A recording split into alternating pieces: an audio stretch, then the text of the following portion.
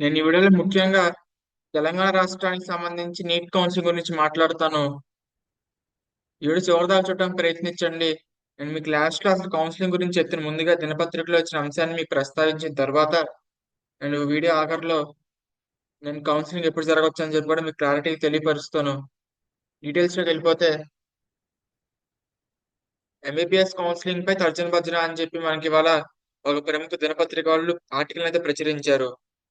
న్యాయశాఖ చూ న్యాయశాఖ సూచనల మేరకే ముందుకు అడ్మిషన్ల ప్రక్రియ జాప్యంపై విద్యార్థులు తల్లిదండ్రులు ఆందోళన అని చెప్పి మెయిన్ హెడింగ్ పెట్టారు.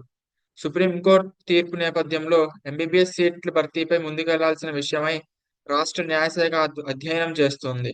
స్థానికతకు సంబంధించిన హైకోర్టు మార్గదర్శకాలను అనుసరించాలనే అంశంతో ముడిపడి ఉన్న సుప్రీంకోర్టు తీర్పు నేపథ్యంలో ఎలా ముందుకు వెళ్లాలనే విషయమై కాళోజీ ఆరోగ్య విశ్వవిద్యాలయం న్యాయశాఖ పరిశీలనకు పంపింది. ఈ మేరకు న్యాయశాఖ సూచన అనంతరమే ఎంబీబీఎస్ కౌన్సిలింగ్ లో ముందడుగు పడనుంది. ఇది క్లారిటీ చూడండి. ఎంబీబీఎస్ కౌన్సిలింగ్ ముందడుగు పడనుంది. ఇదే అంశంపై సోమవారం రాష్ట్ర వైద్య ఆరోగ్య శాఖ మంత్రి దామోదర్ రాజనరసింహ ఆ శాఖ కార్యదర్శి న్యాయశాఖ అధికారులు సమీక్షించారు. ఎంబీబీఎస్ కౌన్సిలింగ్ లో ఇప్పటికే జాప్యం జరిగిన నేపథ్యంలో సాధ్యమైనంత త్వరగా కొలిక్కి తీసుకురావాలని మంత్రి ఆదేశించారు. స్థానికత అంశం కొలిక్కి వస్తే దీని ఆధారంగానే కౌన్సిలింగ్ ప్రక్రియ ప్రారంభమవుతుంది. ఎంబీబీఎస్ అడ్మిషన్లను ఎట్టి పరిస్థితుల్లోనూ అక్టోబర్ 31 లోపు పూర్తి చేయాల్సి ఉంటుంది. ఒకవేళ జాప్యం అయితే అప్పటి వరకు భర్తీ చేసిన సీట్లకు మాత్రమే ఆ విద్యా సంవత్సరానికి అనుమతించే అవకాశం ఉండటంతో క్లారిటీగా చూడండి. అక్టోబర్ 31 లోపు ఎంబీబీఎస్ అడ్మిషన్ కనుక పూర్తి చేయలేకపోతే including mop up rounds, so ఈ ఈ అక్టోబర్ 31 లోపు పూర్తి చేయలేకపోతే ఆ అక్టోబర్ 31 తర్వాత ఉన్న సీట్స్ అన్ని కూడా వేకెంట్ గానే ఉంటాయి. వాటిని అయితే భర్తీ చేసే అవకాశం ఉండదు. ఇంకా అక్టోబర్ 31 లోపు జాయిన్ అయిన స్టూడెంట్స్ మాత్రమే ఎంబీబీఎస్ స్టూడెంట్స్ గా పరిగణిస్తారు తెలంగాణ స్టేట్ కి సంబంధించి. ఆ తర్వాత ఇంకెవరైనా సీట్ వచ్చే ర్యాంక్ ఉన్నా గానీ, ఒక సీట్లు మిగిలిపోయినాయని చెప్పినా గానీ ఇంకా ఉపయోగం ఉండదు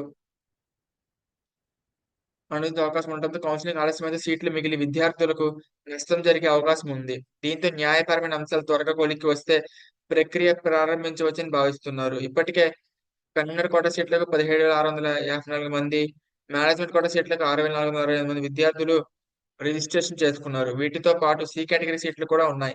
తీర్పులోని మార్గదర్శకాల మేరకు ఎంబీబీఎస్ సీట్ల కోసం దరఖాస్తు చేసుకున్న వారి మెరిట్ జాబితాను మొదటిగా విడుదల చేయాల్సి ఉంటుంది. సో మెరిట్ లిస్ట్ అనేది ఫస్ట్ ఆఫ్ ఆల్ రిలీజ్ చేయాలి. కానీ మనకి ఇంకా తెలంగాణ స్టేట్ కి సంబంధించి మెరిట్ లిస్ట్ కూడా రిలీజ్ కాలేదు. సో ఒకసారి మెరిట్ లిస్ట్ రిలీజ్ అయితే సో మనకి రౌండ్ 1 రౌండ్ 2 అట్లా తొందరగా అయిపోతా ఉంటుంది ప్రాసెస్ అనేది. మనకు కూడా కట్ ఆఫ్ గురించి ఒక ఐడియా వస్తుంది. జనరల్ ఐడియా వచ్చేస్తుంది కట్ ఆఫ్ ఏ విధంగా ఉండొచ్చు అని చెప్పి. సో మన తెలంగాణకి ఇంకా మెరిట్ లిస్ట్ రాలేదు. ఎందుకు ఏంటి అని చెప్పి కూడా తర్వాత మాట్లాడతాను. అనంతరం 2-3 రోజుల తర్వాత అభ్యంతరాలు స్వీకరించిన తర్వాత మొదటి రౌండ్ వెబ్ ఆప్షన్లకు అవకాశం ఉంటుంది. మొదటి రౌండ్ సీట్లు పొందిన వారు అడ్మిషన్ తర్వాత తదుపరి రౌండ్ వెబ్ ఆప్షన్ అడ్మిషన్లకు అవకాశం ఉంటుంది. ఇప్పటికీ ఆల్ ఇండియా కోటా సీట్ల భర్తీకి 2 రౌండ్ల వెబ్ ఆప్షన్లు అడ్మిషన్ ప్రక్రియ ముగిసింది. వివిధ రాష్ట్రాల్లో కూడా కౌన్సిలింగ్ ప్రారంభం కాగా అక్టోబర్ 1 నుంచి తరగతులు ప్రారంభానికి నోటిఫికేషన్ కూడా ఇచ్చారు. ఈ నేపథ్యంలో రాష్ట్రంలో ఎంబీబీఎస్ అడ్మిషన్ల కోసం ఎదురు చూస్తున్న విద్యార్థులు తల్లిదండ్రులు ఆందోళన చెందుతున్నారు. సాధ్యమైనంత త్వరగా కౌన్సిలింగ్ కావాలని ఎదురు చూస్తున్నారు. సో ఇది మనకి ఇవాళ ఈనాడు దినపత్రిక వాళ్ళు ఒక క్లియర్ గా ఆర్టికల్ ప్రచురించారు. సో ఇది మొత్తానికి మన సుప్రీంకోర్టు 135 మంది విద్యార్థులకి సీట్లు ఇవ్వాలి అంటే లోకల్ క్యాండిడేట్స్ పరిగణించాలని చెప్పి తెలియపరిచిన నేపథ్యంలో సో మిగతా విద్యార్థులు ఎవరైతే కేసు వేయలేదు వాళ్ళందరూ కూడా మేము కూడా లోకల్ అవుతాం కదా మీరు ఇచ్చిన తీర్పు ప్రకారం అని చెప్పి మళ్ళీ వాళ్ళు కోర్టు ఎక్కితే మళ్ళీ కౌన్సిల్ ప్రాసెస్ డిలే అవుతుందని ఒకే ఒక ఉద్దేశంతో నేను అనుకోవటం ప్రభుత్వం లేట్ చేస్తుంది నేను భావిస్తున్నాను.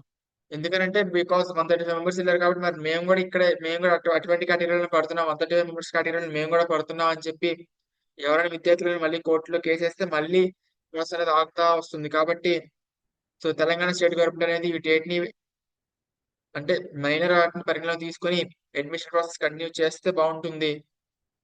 తద్వారా ఎందుకంటే ఆల్రెడీ ఇప్పటికే అక్టోబర్ 1 కల్లా క్లాసెస్ స్టార్ట్ అవ్వాల్సి ఉంది. ఫస్ట్ రోజు సెకండ్ రోజు అయిపోవాల్సి ఉంది. కానీ గవర్నమెంట్ ఇంకా అవ్వలేదు. అట్లీస్ట్ అక్టోబర్ 1 కల్లా అట్లీస్ట్ వెబ్ ఆప్షన్స్ ఇచ్చి అలాట్మెంట్స్ రిలీజ్ చేస్తే బాగుంటుంది కాలేజ్ వైజ్. అక్టోబర్ 1 కల్లా అంటే నేను అనుకోవటం అసలు ఇవాళ నిన్న వాళ్ళలో మెరిట్ లిస్ట్ రిలీజ్ అవుతుందని భావించాను. కానీ రిలీజ్ కాలేదు. చూద్దాం మరి ఎప్పుడు రిలీజ్ అవుతుందో. సో మెరిట్ లిస్ట్ రిలీజ్ చేసిన టైం ప్రకారం మనకి అలాట్మెంట్స్ అనేవి ఉంటాయి. అదేవిధంగా వేరే దినపత్రికలో వచ్చిన ఆర్టికల్ అయితే ఇట్లా ఉంది. వైద్య విద్య ప్రవేశాలు ముందుకు పడని అడుగు అధికారుల నిర్లక్ష్య ధోరణే కారణం. సుప్రీంకోర్టు తీర్పు వచ్చి ఇప్పటికి 4 రోజులు. స్థానికత మార్గదర్శకాలు విడుదల జాప్యం. కౌన్సిలింగ్‌కు ఆఖరి గడువు అక్టోబర్ 31. వారానికో రౌండ్ నిర్వహించినా పూర్తి కావడం కష్టం. ఆగ్రహంగా విద్యార్థులు. వైద్య విద్యా ప్రవేశాలు సుప్రీంకోర్టు తీర్పు ఇచ్చిన 4 రోజులు అవుతున్నా రాష్ట్రంలో ఎంబీబీఎస్, బీడీఎస్ కౌన్సిలింగ్ ప్రక్రియ ఒక్క అడుగు ముందుకు పడలేదు. వైద్య ఆరోగ్య శాఖ ఉన్నతాధికారులు సాగతీత ధోరణి కారణంగా విద్యార్థులు, వారి తల్లిదండ్రులు తీవ్ర ఆందోళన వ్యక్తం చేస్తున్నారు. వైద్య విద్యా ప్రవేశాల స్థానికతపై సర్కారిచ్చిన జీవో 33పై హైకోర్టు వ్యాజ్యం దాఖలు కాగా, స్థానికతపై మార్గదర్శకాలు రూపొందించాలని ఆదేశించిన సంగతి తెలిసిందే. దానిపై రాష్ట్ర సర్కార్ సుప్రీంకోర్టుకు అప్పీలుకు వెళ్ళింది. సుప్రీంకోర్టు కూడా హైకోర్టును ఆశ్రయించి విద్యార్థులకు కౌన్సిలింగ్ అవకాశం కల్పించమని రాష్ట్ర ప్రభుత్వానికి ఆదేశించింది. సో సుప్రీంకోర్టు ఏంటంటే హైకోర్టుకి ఆశ్రయించిన విద్యార్థులని కౌన్సిలింగ్ లో భాగస్వామ్యులు చేయండి, కౌన్సిలింగ్ అవకాశం కల్పించమని చెప్పింది. దీన్ని ఉపయోగించుకుని ఎవరైతే మిగతా విద్యార్థులు ఉన్నారో వాళ్ళందరూ కూడా మేము కూడా ఈ స్టేట్ లోకల్ అవుతాం అని చెప్పి మళ్ళీ హైకోర్టుకి వెళ్తే తద్వారా కౌన్సిలింగ్ ఇంకా డిలే అయ్యే అవకాశం ఉంటుంది. కాబట్టి state government of Telangana must rule out all possible directions and ఒక మంచి జీవో ఇష్యూ చేయాలి. ఎందుకంటే మళ్ళీ ఇక్కడ డిలే అయితే మళ్ళీ చాలా ఇబ్బంది అవుతుంది. ఇంకా డిలే అవుతే సో ఒక 1 or 2 days డెఫినెట్ గా స్టేట్ ఆఫ్ తెలంగాణ గవర్నమెంట్ అనేది మనకి డెఫినెట్ గా ఇవన్నీ కూడా మెరిట్ లిస్ట్ రిలీజ్ చేయాల్సి ఉంటుంది. చేయకపోతే మరి అక్టోబర్ 1 కూడా ఉన్నది కౌన్సిలింగ్ అయ్యే పరిస్థితి ఉండదు. 6 days ఉంది అక్టోబర్ 1 కి. సో 1 or 2 days లో మెరిట్ లిస్ట్ రిలీజ్ అయితే ఆ తర్వాత వెబ్ ఆప్షన్స్ వాటికి టైం వస్తుంది. ఒక 3 days తర్వాత అట్లాగా అప్పుడు కొద్దిగా బెటర్ అవుతుంది. అక్టోబర్ 1 కల్లా అట్లీస్ట్ అలాట్మెంట్స్ అయితే ప్రయారిటీగా వచ్చే అవకాశం ఉంటుంది. అక్టోబర్ 1 కల్లా అట్లీస్ట్ కాలేజ్ స్టార్ట్ కాకపోయినా. సో ఇంకా డిలే అయితే మళ్ళీ అక్టోబర్ 1 కూడా ఫస్ట్ ఉండవద్దు. ఇంక ఇట్లానే డిలే చేసుకుంటే వెళ్తే సో తొందరగా న్యాయపరమైన చిక్కులు తొలగించుకుంటే బెటర్. ఎందుకంటే పక్కన ఉన్న ఆంధ్రప్రదేశ్ స్టేట్ లో కూడా ఆల్రెడీ రౌండ్ 1 కౌన్సిలింగ్ అయిపోయింది. రౌండ్ 1 ఫ్రీ ఎగ్జిట్ కూడా ఇచ్చారు. రౌండ్ 2 కి సంబంధించి చూస్తున్నారు ఎప్పుడు పెట్టాలి అంటే అప్గ్రేడేషన్ కాబట్టి అంత ఇబ్బంది ఉంది. రౌండ్ 2 కి రౌండ్ 1 మెయిన్ చాలా ఇంపార్టెంట్ కాబట్టి. సో దీంట్లో మీకు ఇంట్రెస్ట్ ఉంటే చదువుతాను వినండి. అదే సమయంలో స్థానికతపై హైకోర్టు ఇచ్చిన తీర్పు ఆదేశాలను పాటించాలని సూచించింది. ఈ ఆదేశాలపై వైద్య శాఖ ఉన్నతాధికారులు, న్యాయ నిపుణుల అభిప్రాయాన్ని తీసుకోగా వారి చేత మార్గదర్శకాలు రూపొందించాలని స్పష్టం చేసినట్టు సమాచారం. అయినప్పటికీ ఈ అంశంపై వైద్య శాఖ ఉన్నతాధికారులు ఎలాంటి నిర్ణయం తీసుకోవడం లేదు. మరోవైపు అక్టోబర్ 31వ తేదీలోగా మెడికల్ కౌన్సిలింగ్ పూర్తి చేయాల్సి ఉంటుంది. వారానికి ఒక రౌండ్ చొప్పున కౌన్సిలింగ్ చేపట్టినా సమయం సరిపోయే పరిస్థితి కనపడడం లేదు. సుప్రీం తీర్పు వ్యతిరేకంగా వస్తే ఏం చేయాలన్న దానిపై ముందుగానే ఒక ప్రణాళిక సిద్ధం చేసుకోవాల్సి ఉన్న ఒంటెత్తు పోకడు, అనుభవరాహిత్యం కారణంగా ఉన్నతాధికారులు చోద్యం చూస్తున్నారన్న విమర్శలు వ్యక్తమవుతున్నాయి. ఇప్పటికే 4 రోజుల సమయం వృధా అయింది. ఇంకెన్ని రోజుల సమయం తీసుకుంటారో తెలియని పరిస్థితి ఉంది. నిజానికి ఇటువంటి విషయాల్లో నిపుణులతో కమిటీ వేయడమో, లేదంటే వారికి చర్చించి చకచకా నిర్ణయాలు తీసుకోవడం చేయాలి. కానీ అన్ని తమకే తెలిసిన చందంగా ఉన్నతాధికారులు వ్యవహరించడం వల్లే ఈ సమస్య తలెత్తిందన్న వాదన వినిపిస్తోంది. రాష్ట్రంలో సీటు వస్తుందన్న ఆశతో చాలా మంది విద్యార్థులు ఇతర రాష్ట్రాల నుంచి ఆల్ ఇండియా కోటాకు దరఖాస్తు కూడా చేయలేదు. ఇక్కడ తీవ్ర జాప్యం నెలకొనడంతో వారిలో ఆందోళన మొదలైంది. ఒకవేళ ఇక్కడ సీటు రాకుంటే తమకున్న అన్ని రకాల ఆప్షన్లు పోతాయని, ఎక్కడా చేరే పరిస్థితి ఉండదని విద్యార్థులు ఆవేదన వ్యక్తం చేస్తున్నారు. నిజానికి హైకోర్టు తీర్పిచ్చిన వెంటనే స్థానికతపై మార్గదర్శకాలు రూపొందించుకొని ఉంటే ఇప్పటికీ ఒక రౌండ్ కౌన్సిలింగ్ పూర్తయి ఉండేది.